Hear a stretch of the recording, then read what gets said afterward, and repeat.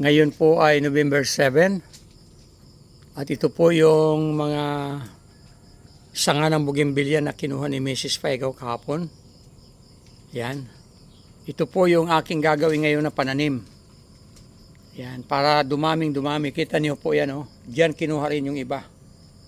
Ayan, oh. Aro, yung pusa, ang daming anak, oh. Ayan. Kanyang pinuputol yung nagtataas na yun, oh. Tamuputol na. Ngayon ay ito naman po ang aking gagawing mga seedlings. Para sa gayon ay dumami ng dumami ang bougainvillea dito sa Faigaw Seafront View. Yan o, dami. So yan po ang aking gagawin ngayon, mahal ko mga kaibigan. Sana po ay makakuha rin kayo ng idea kung paano ko gagawin ito in preparation para sa tinatawag nating pag-transplant. Okay? Isi-seedlings natin pala ito. Tapos ita-transplant natin sa lugar na dapat. So ito muna ay ating lilinisin at pagkatapos ay magiging ganyan na po yan. Yan o. Yan. Ganda o. Tamo? Kapag tumataas na siya tulad noon, ay pinuputol ni Mrs. Faigaw para dito siya mag-concentrate magsanga sa gitna at hindi pataas. Para sa gayon ay maraming bulaklak na nakakumpul at hindi mataas. So ganun ang pagmi-maintain po ng bougainvillea. Ang ganda ng araw, ang sikat ng araw ngayon, biglang nabuhayan ito mga bulaklak ko. Biglang sumaya sila sapagkat isipin mo naman pong isang linggo yatang makulimlim, walang init. So ngayong uminit ay sobrang saya nila. Biglang sumigla po yung mga bulaklak niya.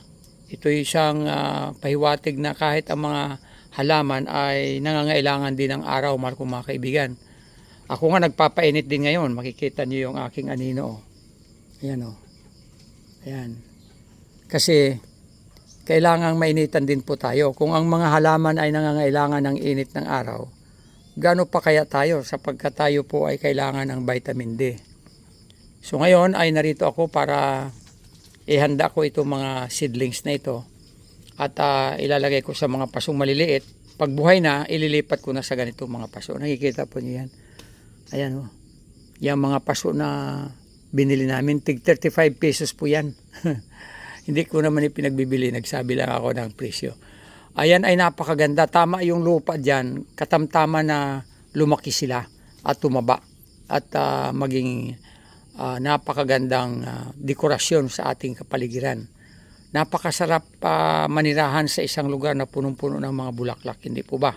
Lalo tigit kapag ang mga bulaklak ay nagbibigay ng kulay sa paligid, nagbibigay ng inspirasyon. Ayan. At kahit ang mga pusa, nagbibigay din ng kasiyahan yan. O, yan ang pusa. O, 4, 5.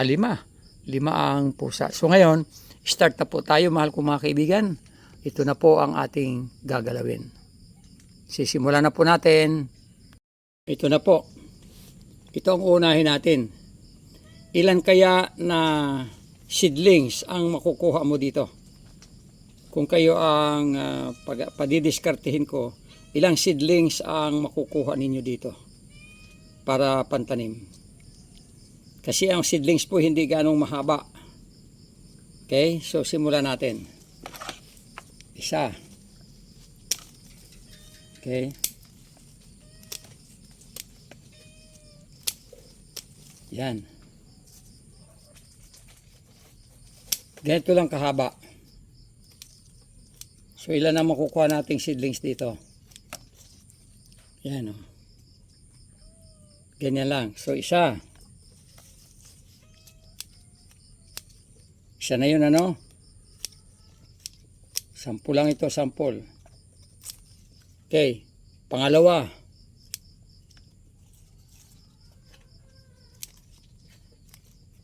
Dapat hindi magkabaliktad yung puno at dulo ha. Pangatlo. 3 na po yun.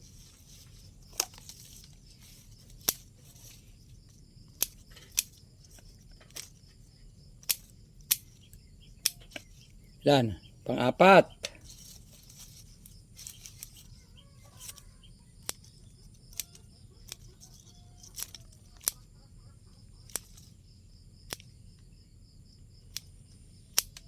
Okay. Panglima.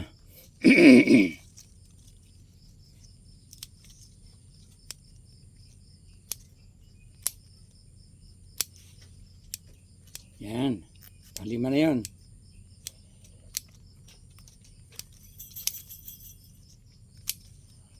Pang-anim.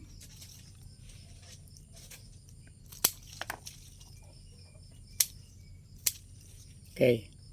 Pang-pito.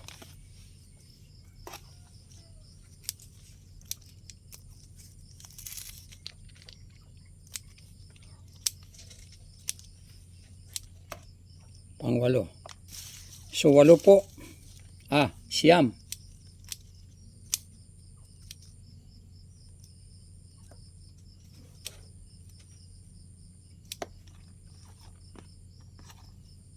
Tama po mga kaibigan, oh.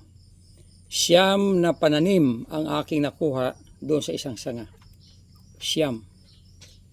Ganyan po maghanda. Okay? Ganyan po.